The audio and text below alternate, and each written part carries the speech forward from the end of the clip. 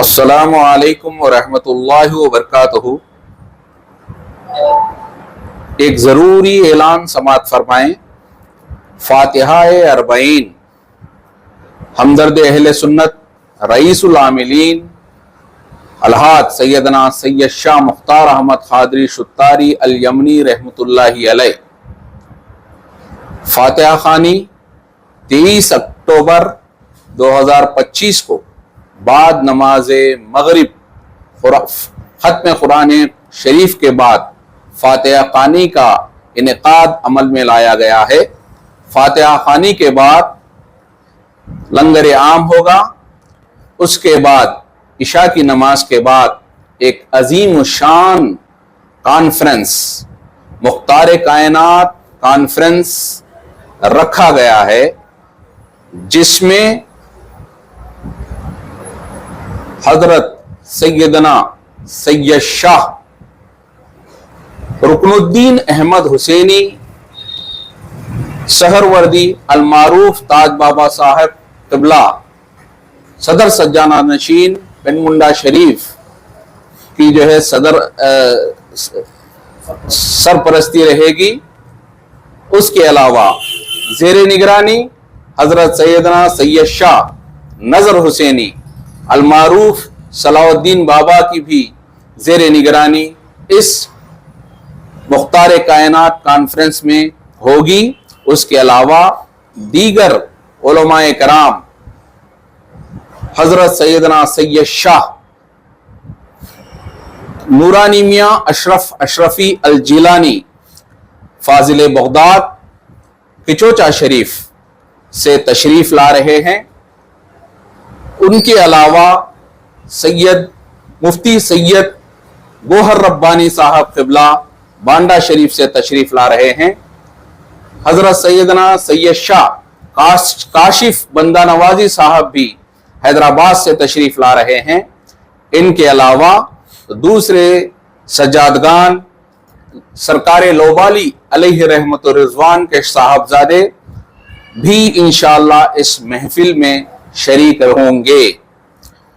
یہ محفل انشاءاللہ مسجد معصوم پیر حسینی رحمت اللہ علیہ کے نزد ہوڑیال پیٹ میں ہوگی۔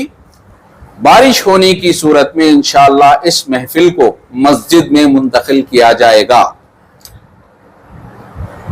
اس کے علاوہ دوسرے دن انشاءاللہ 24 اکتوبر 2025 کو بعد نماز مغرب قصید بردہ شریف کا انعقاد عمل میں لایا گیا ہے۔